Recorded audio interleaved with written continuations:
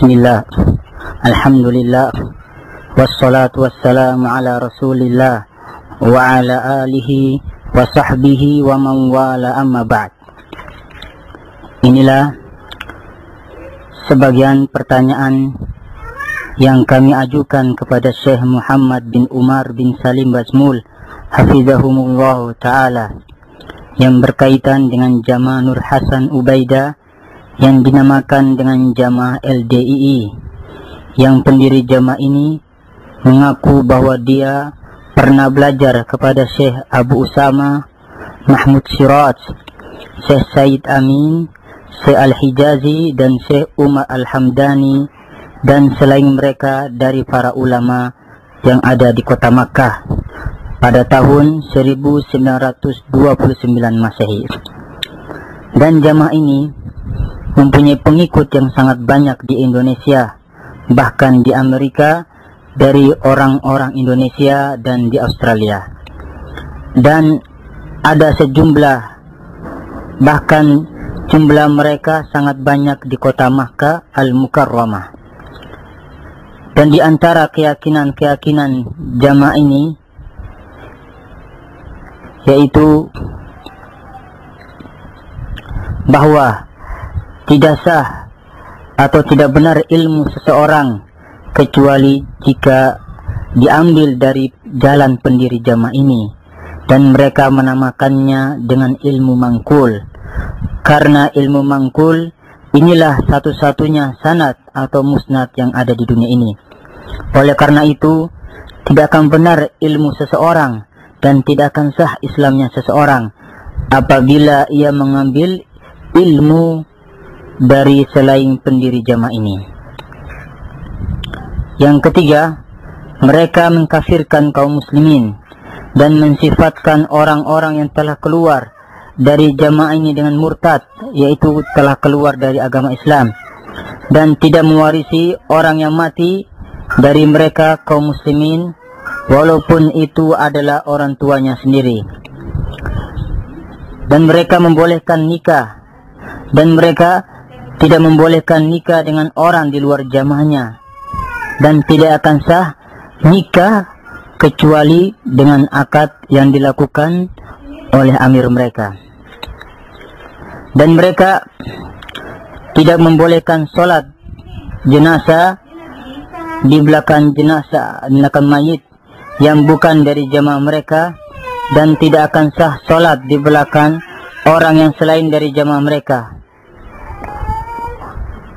Dan apabila mereka terpaksa sholat di belakang orang selain mereka, maka mereka meniatkan dalam hatinya untuk sholat sendiri, dan mereka mewajibkan infak kepada jamaahnya antara 2,5% sampai 10% dari usaha atau gaji mereka.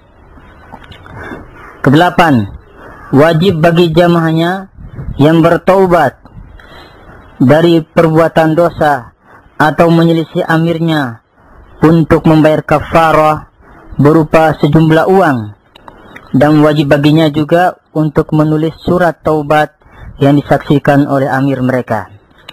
9, mereka juga mewajibkan kepada jamaahnya untuk berbaiat kepada amirnya, maka barang siapa yang mati dalam keadaan belum berbaiat, maka ia mati seperti matinya orang-orang jahiliyah.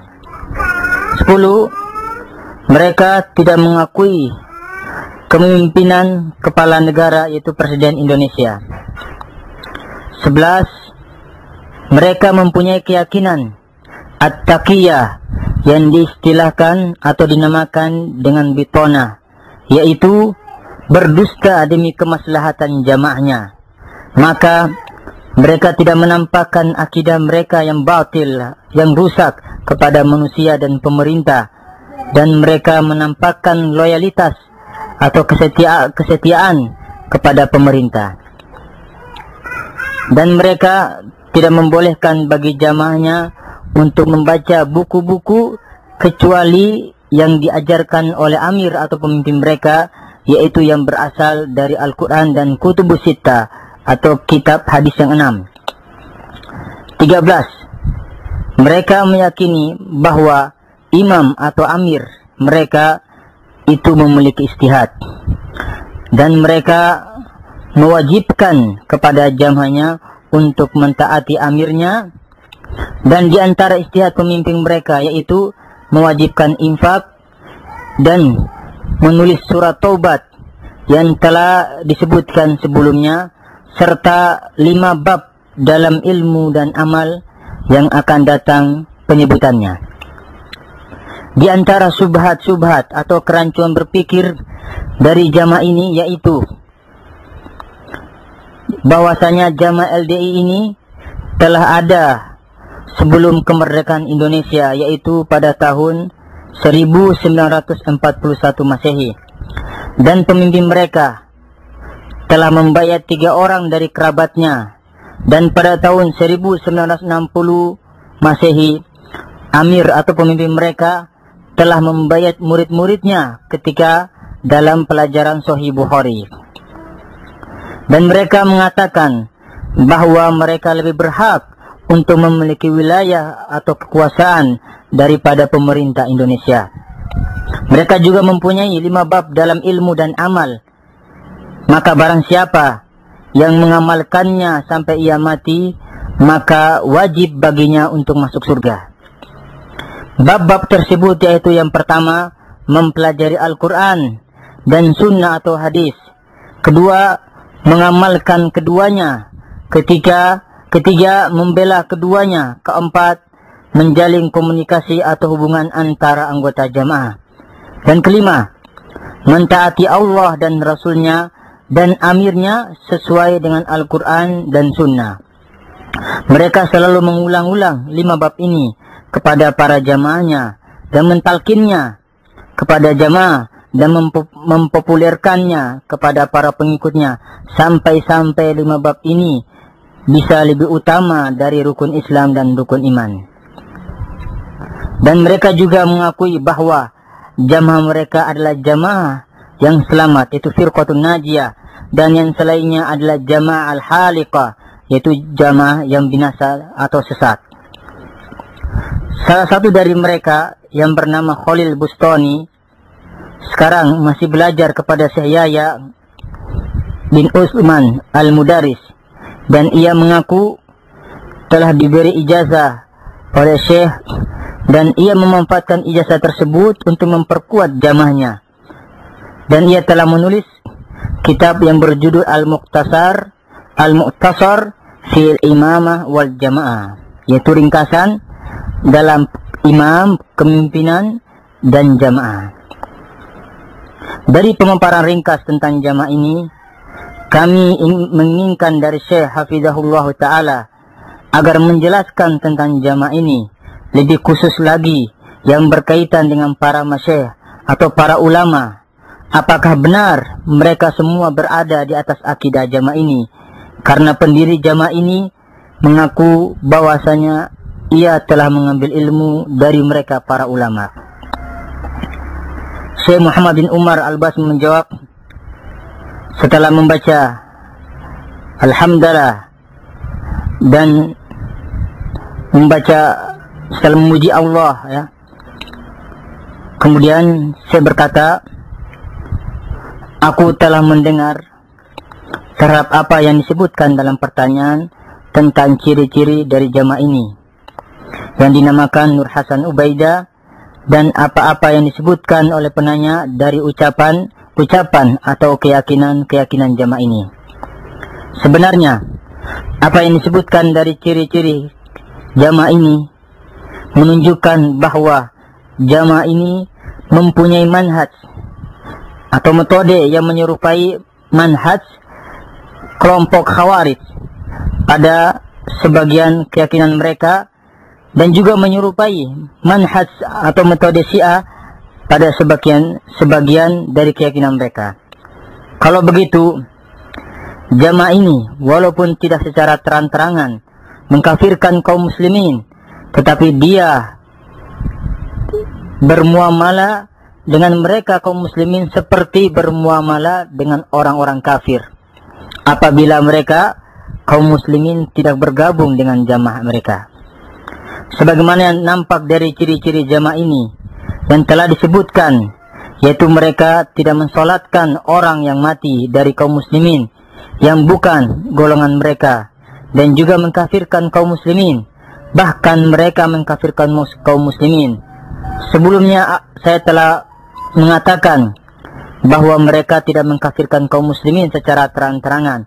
Akan tetapi dari apa yang disebutkan oleh penanya dalam poin ketiga, bahwa mereka mengkafirkan kaum muslimin dan mereka mensifatkan kaum muslimin yang keluar dari jamaah mereka dengan murtad, dan tidak boleh mewarisi mereka walaupun yang mati adalah bapaknya sendiri.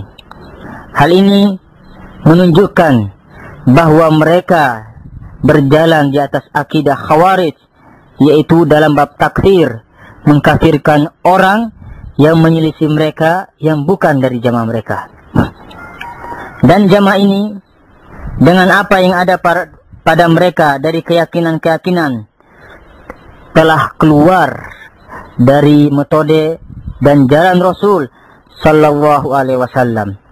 Dan jamaah ini juga termasuk dalam firqah, golongan yang terpecah, yang telah disebutkan Rasul sallallahu alaihi wasallam dalam sabdanya, "Sataftariqu ummati ala 30 wa 70 firqah, kulluha finnar illa wahida."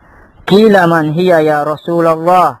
Qala ma ana alaihi wa ashabi. Artinya bahwa umatku akan terpecah menjadi 73 golongan. Semuanya akan masuk neraka kecuali satu golongan. Ditanyakan kepada Rasul, siapakah golongan itu wahai Rasulullah?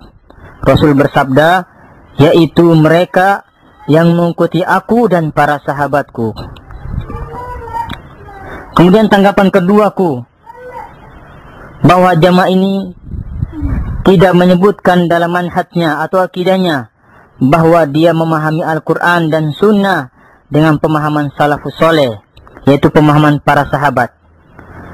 Tidak terdapat dalam ucapan atau keyakinan mereka, yaitu penyebutan sahabat, serta mengikuti mereka dan mengambil ilmu dari mereka dan memahami Al-Quran dan Sunnah dengan pemahaman mereka. Ini menguatkan bahwa jamaah ini termasuk golongan-golongan yang terpecah dan sesat. Adapun pengakuannya bahwa ia adalah jamaah kaum muslimin atau ahli sunnah wal jamaah, ini adalah pengakuan yang batil, dusta.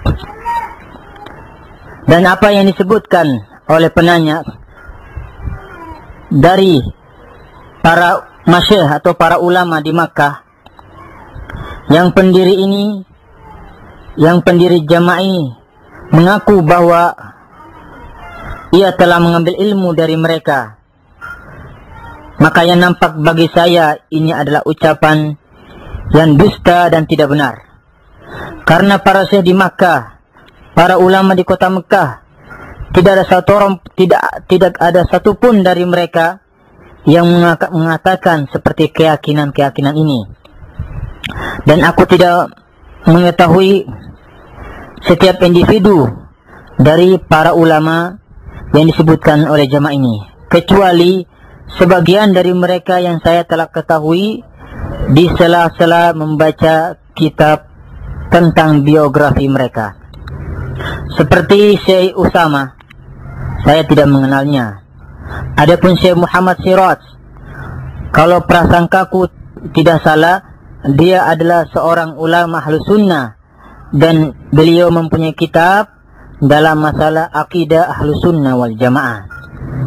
Beliau tidak pernah mengucapkan ucapan seperti yang diucapkan oleh jamaah ini. Dan Syekh Sayyid Amin, kalau saya tidak salah, dia juga tidak pernah diketahui pernah mengucapkan ucapan seperti itu. Adapun Syekh Al-Hijaz, saya tidak mengenalnya. Dan Syekh Mahmud As-Sawiyah, saya juga tidak mengenalnya. Adapun Syekh Umar Al-Hamdani, beliau termasuk syekh ulama dari negeri Hijaz, yang sanad-sanad yang berijazah di zaman ini semua kembali kepadanya. Dan telah diketahui bahwa beliau tidak pernah mengucapkan ucapan seperti yang disebutkan oleh penanya. Dan demikian juga Syekh Said Ali dan Syekh Ustadz Abdullah, saya tidak mengenal mereka. Begitu juga Syekh Bakar, saya tidak mengenal siapa dia. Syekh Abdul Razak, aku menduga dia adalah Syekh Muhammad Abdul Razak Hamzah, dan beliau termasuk ulama Ahlus Sunnah wal Jamaah yang menonjol, dan ia adalah orang yang berilmu dan memiliki kedudukan di sisi para ulama. Tentu dan pasti beliau tidak mungkin mengucapkan dengan ucapan ini. Adapun berkaitan dengan apa yang terkandung dalam pertanyaan dari penyebutan sebagian ciri-ciri jamaah ini, maka saya akan memaparkannya satu persatu disertai dengan komentar. Adapun ucapan mereka bahwa ilmu itu tidak sah kecuali dengan melalui jalan pendiri jamaah ini, dan mereka menamakannya dengan ilmu mangkul, karena dia adalah satu-satunya sanad di dunia. Maka ini merupakan ucapan kedustaan dan kesalahan serta menyelisih kenyataan. Adapun ucapan ini dikatakan berdusta, yaitu dengan menganggap bahwa dia ilmu mangkul adalah satu-satunya sanad di dunia, maka ini ucapan yang tidak benar. Karena para masyayikh, para ulama, mereka memiliki murid-murid yang sangat banyak, yang mereka memiliki sanad-sanad yang bersandar kepada Rasul dan kitab-kitab para ulama yang menyamai laki-laki ini. Jika ia mengaku bahwa ia mengambil ilmu dari para ulama di kota Makkah, maka ucapan mereka ini adalah dusta dan tidak benar. Dan ucapan mereka bahwa ilmu itu tidak sah kecuali melalui jalan pendiri jamaah ini, maka ini adalah ucapan yang dusta dan mengada-ada. Karena sesungguhnya jalan ilmu itu diambil dari Rasulullah sallallahu alaihi wasallam dan dari para sahabat-sahabatnya, semoga Allah meridhai mereka. Maka tidak ada jalan yang benar untuk mengambil ilmu kecuali melalui jalan ini. Maka barang siapa yang keluar dari jalan ini, maka ia telah keluar dari jalan Ahlus Sunnah wal Jamaah. Dan Rasul sallallahu alaihi wasallam dalam hadis yang sahih bersabda, semua umatku diancam akan masuk neraka kecuali satu golongan. Ditanyakan, siapakah mereka ya Rasulullah? Maka Rasul bersabda, yaitu mereka yang mengikuti aku dan para sahabatku.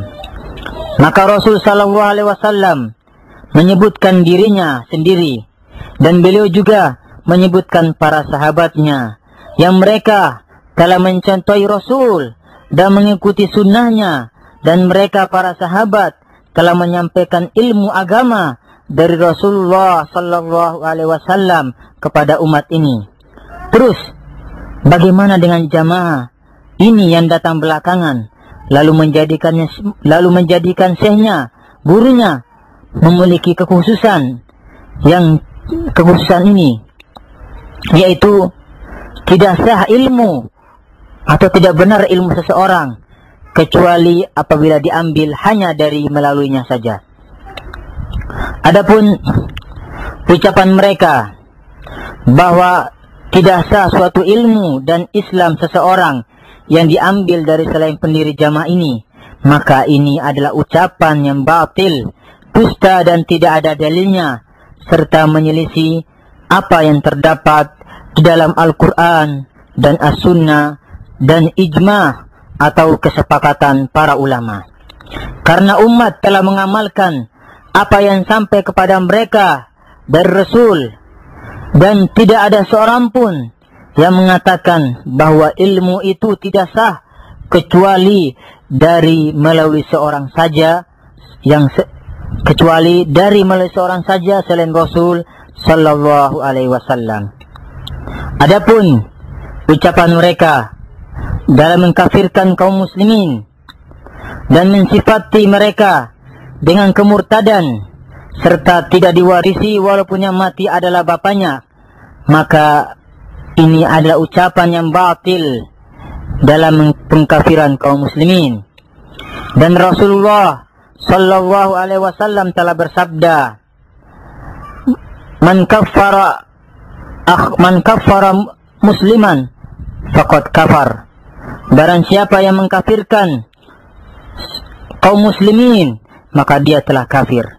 Dan Rasulullah sallallahu alaihi wasallam juga bersabda, barang siapa yang mengatakan kepada saudaranya wahai kafir, maka sesungguhnya akan kembali kekafiran itu kepada salah satu dari keduanya.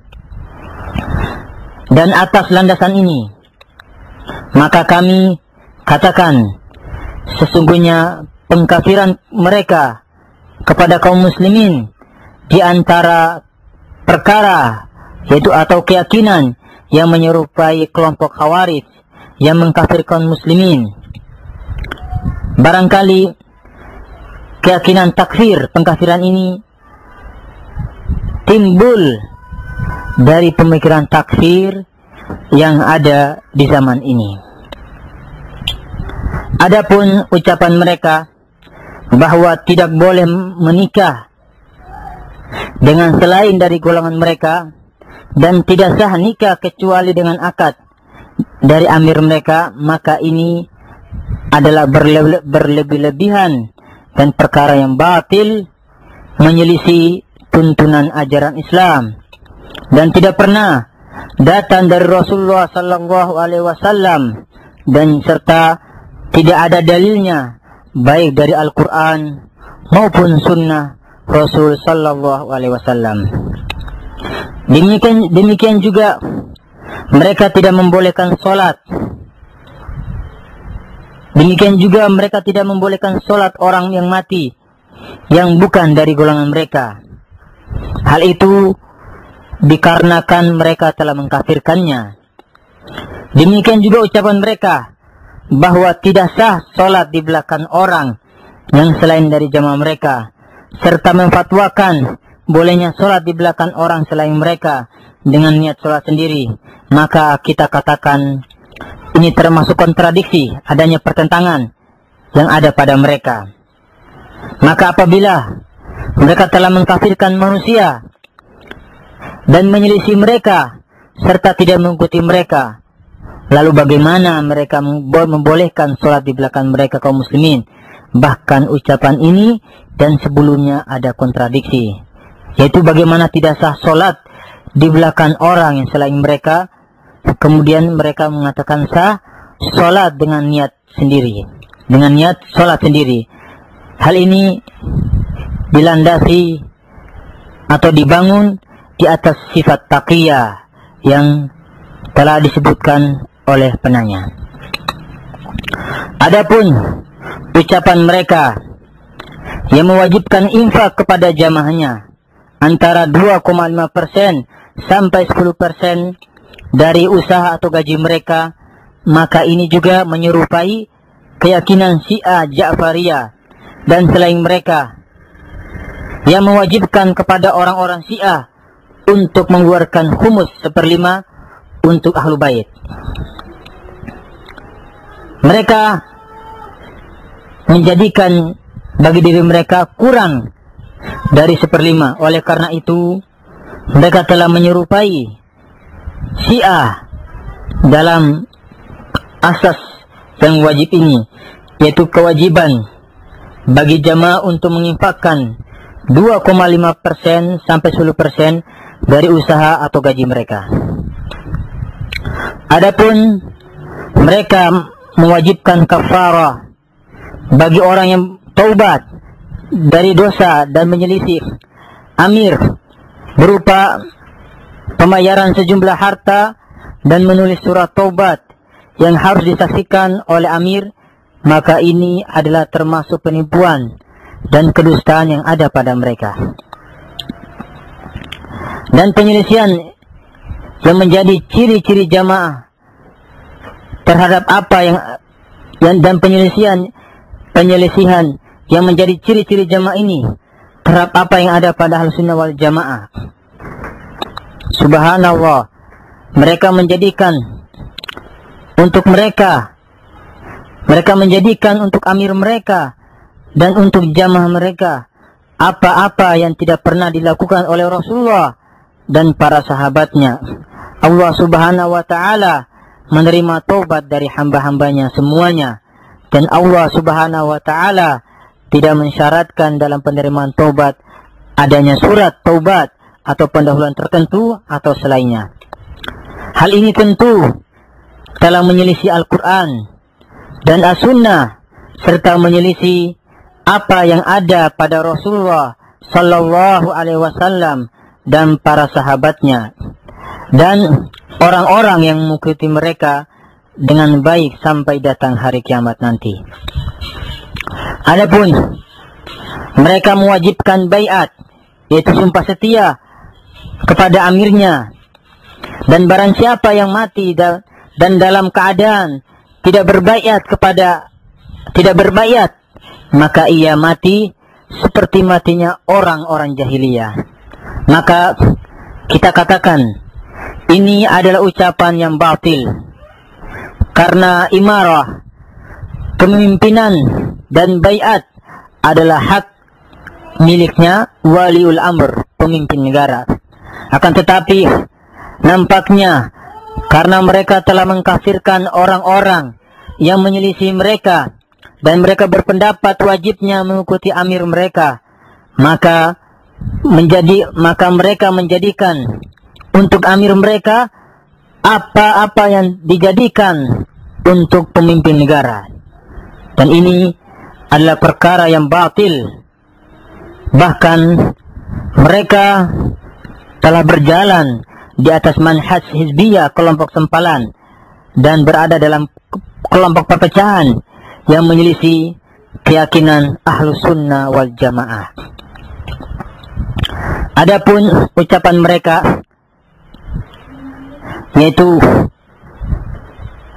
yang mereka mengatakan atau mereka tidak mengakui kepemimpinan negara, ini merupakan cabang dari ucapan sebelumnya, dan mereka mempunyai keyakinan taqiyah yang mereka namakan dengan bitona, yaitu berdusta demi kemaslahatan atau kebaikan jamaah ini.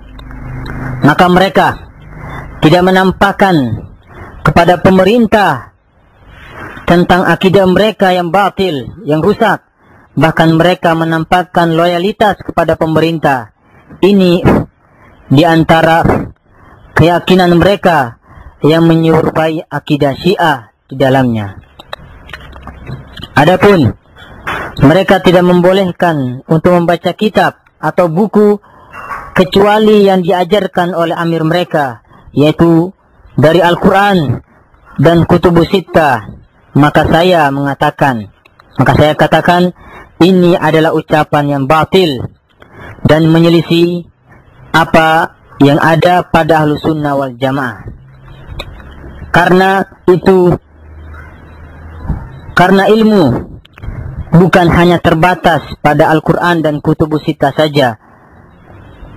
Saya khawatir jika mereka berkembang lalu akan mengatakan bahwa kita tidak mengambil ilmu kecuali dari Al-Quran saja. Maka hal ini juga akan menjadikan mereka menyerupai kelompok Quraniyun, yaitu mereka yang hanya mengambil hukum dari Al-Quran saja. Ilmu itu bukan hanya terbatas pada Al-Quran maupun Kutubus Sittah saja atau kitab hadis yang 6 saja. Bahkan ilmu itu adalah yang berasal dari Allah dan yang datang dari Rasulullah Sallallahu Alaihi Wasallam, dan setiap yang terdapat dalam Al-Quran maupun tafsir-tafsirnya Dan setiap yang datang dari hadis-hadis yang selain kutubus sittah, dan kutubus sittah juga termasuk yang diambil dari sunnah Rasul sallallahu alaihi wasallam. Adapun mereka meyakini bahwa imam atau pemimpin jamaah mereka memiliki ijtihad dan ia mewajibkan bagi jamaahnya untuk mentaatinya.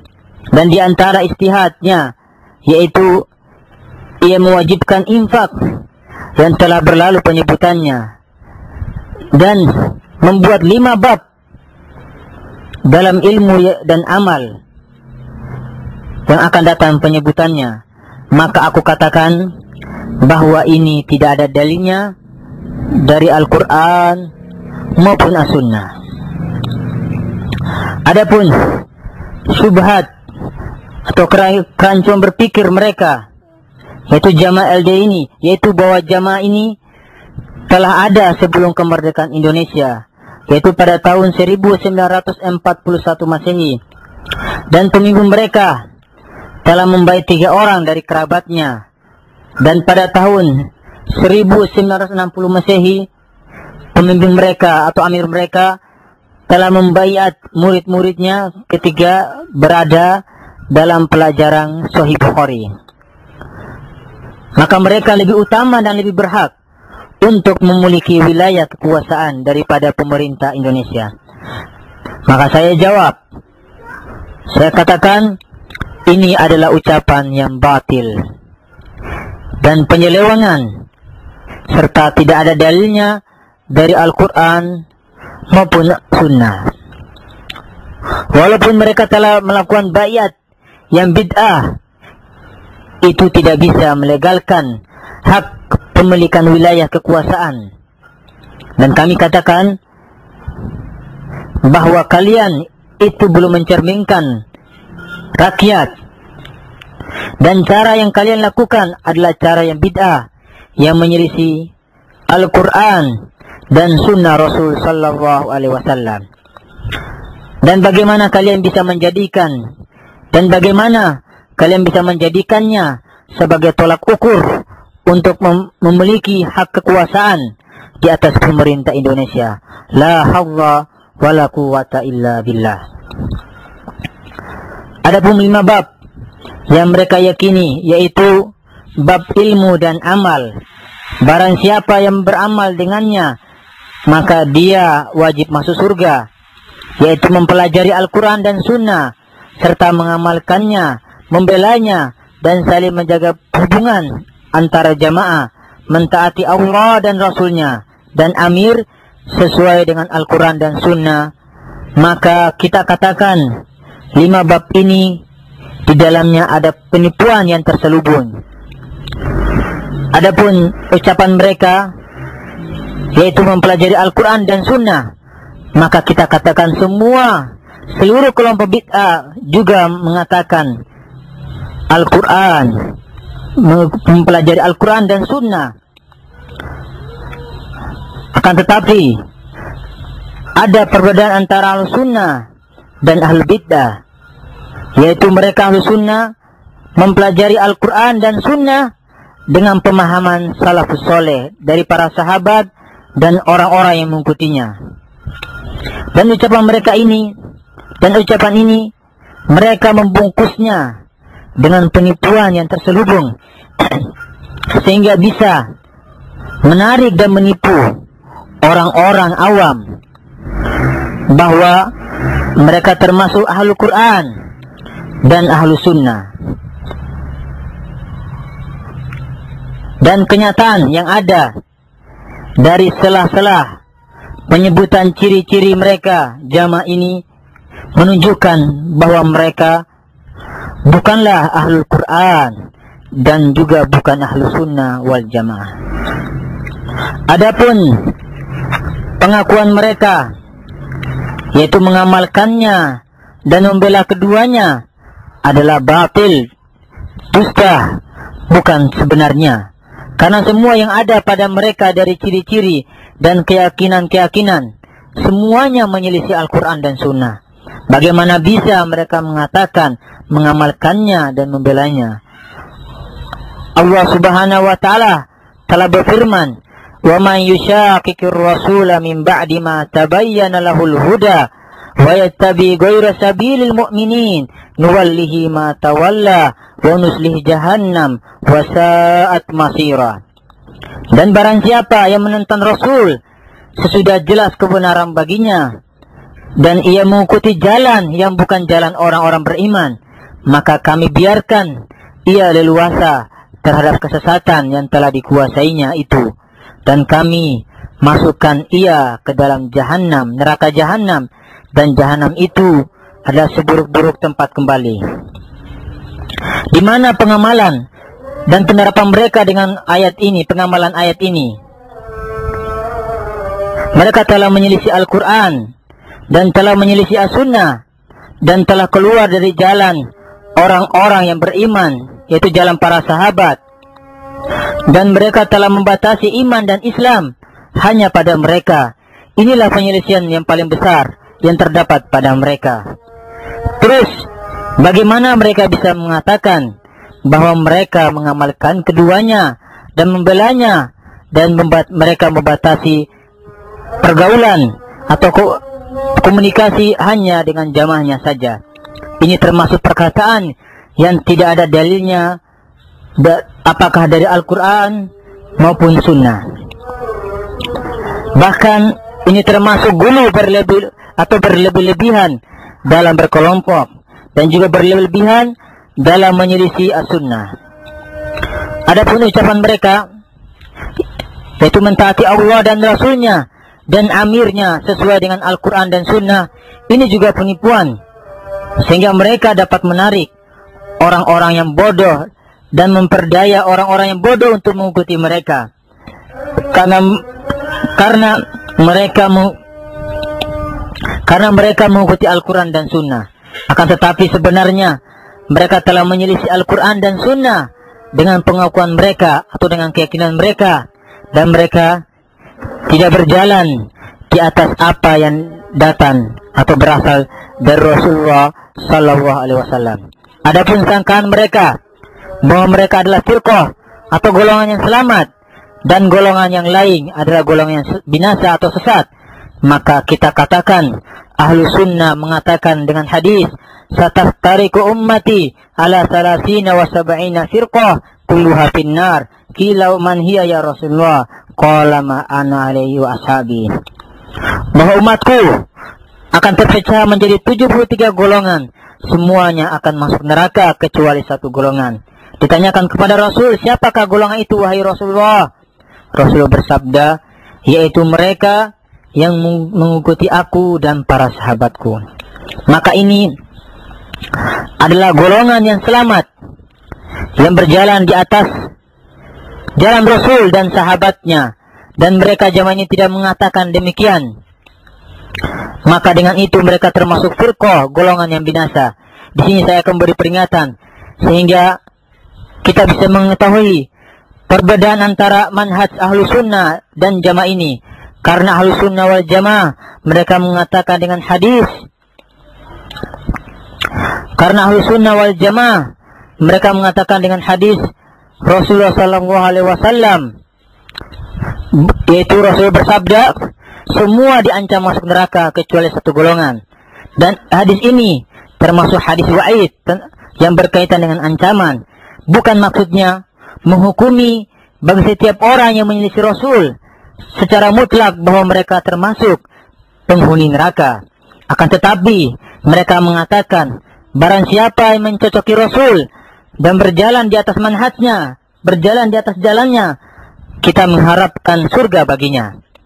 Dan barang siapa yang menyelisih Rasul, maka kita lihat penyelisihannya. Apabila penyelisihannya bukan dalam masalah kesyirikan, maka ia berada di bawah kehendak Allah Subhanahu wa taala. Jika Allah berkehendak, maka ia akan mengampuninya, dan jika Allah berkehendak, maka dia akan menyiksanya. Dan yang dimaksud dengan menyelisih Rasul, yaitu barang siapa yang mengikrarkan, menetapkan tauhid dan mengikuti Rasul, akan tetapi ia menyelisih Rasul pada sebagian ajaran yang datang dari Rasul, maka ia berada di bawah kehendak Allah Subhanahu wa taala. Jika Allah berkehendak, maka ia akan mengampuninya, dan jika Allah berkehendak, maka dia akan menyiksanya. Allah berfirman, "Innallaha la yaghfiru an yushraka bihi wa yaghfiru ma duna dzalika liman yasha." Sesungguhnya Allah tidak akan mengampuni dosa syirik, dan dia mengampuni dosa selain syirik bagi siapa yang dikehendakinya. Barang siapa yang menyekutukan Allah dengan sesuatu, maka sungguhnya ia telah tersesat dengan sejauh-jauhnya. Al-Quran Surat An-Nisa ayat 116. Adapun ucapan mereka bahwa Syekh Utsman Al-Mudaris, mereka menyamarkan seakan-akan saya mengucapkan seperti ucapan mereka, maka saya termasuk salah satu dari murid Syekh Yahya bin Utsman Al-Mudaris, maka aku tidak mengetahui dari Syekh, semoga Allah membalas kebaikannya, kecuali beliau mengamalkan sunnah dan mengikuti salafus saleh serta berjalan di atas manhaj ahlus sunnah wal jamaah. Dan aku tidak mengetahui dari ucapan yang menyeleweng, dan aku tidak melihat laki-laki ini yang dinamakan Khalil Bustani, semoga Allah memberi hidayah kepadanya dan membimbingnya ke jalan yang benar. Aku tidak melihatnya kecuali kedustaan yang ada padanya, yang ada pada ucapannya, di mana ia mensamarkan kepada manusia bahwa Syekh Yahya bin Utsman Al-Mudaris mengatakan ucapan ini. Dan kami menganjurkan kepada jamaah ini dan para pengikutnya, dan mendorong mereka untuk selalu mengintrospeksi diri mereka. Hendaknya mereka takut kepada Allah terhadap penyelesaian mereka kepada Ahlus Sunnah wal Jamaah, dan hendaknya mereka juga takut kepada Allah karena mengkafirkan orang-orang Islam, dan hendaknya mereka juga takut kepada Allah atas kedustaan yang mereka dan penipuan yang mereka buat, dan hendaknya mereka mengetahui bahwasanya semua kebaikan itu ada dengan mengikuti sunnah Rasul, dan semua kejelekan itu terdapat dalam penyelesaian sunnah Rasul, dan tidak ada jalan yang benar untuk menuju sunnah melainkan dengan mengambil ajaran yang datang dari sahabat-sahabat Rasul. Semoga Allah meridai mereka. Inilah yang dapat saya sampaikan. Wassallallahu alaihi wasallam. Dan aku mohon kepada Allah agar memberi hidayah kepada kita semua, serta memberi taufik, petunjuk dan jalan kebenaran kepada kita semua. Rekaman ini direkam pada hari Sabtu pagi pada bulan Juli tahun 2010 Masehi di Pegunungan Ciater, Bandung. Dan ini diterjemahkan dari kaset oleh Abu Abdillah Irwan Rahman. LCS selesai pada hari Ahad tanggal 31 Oktober 2010.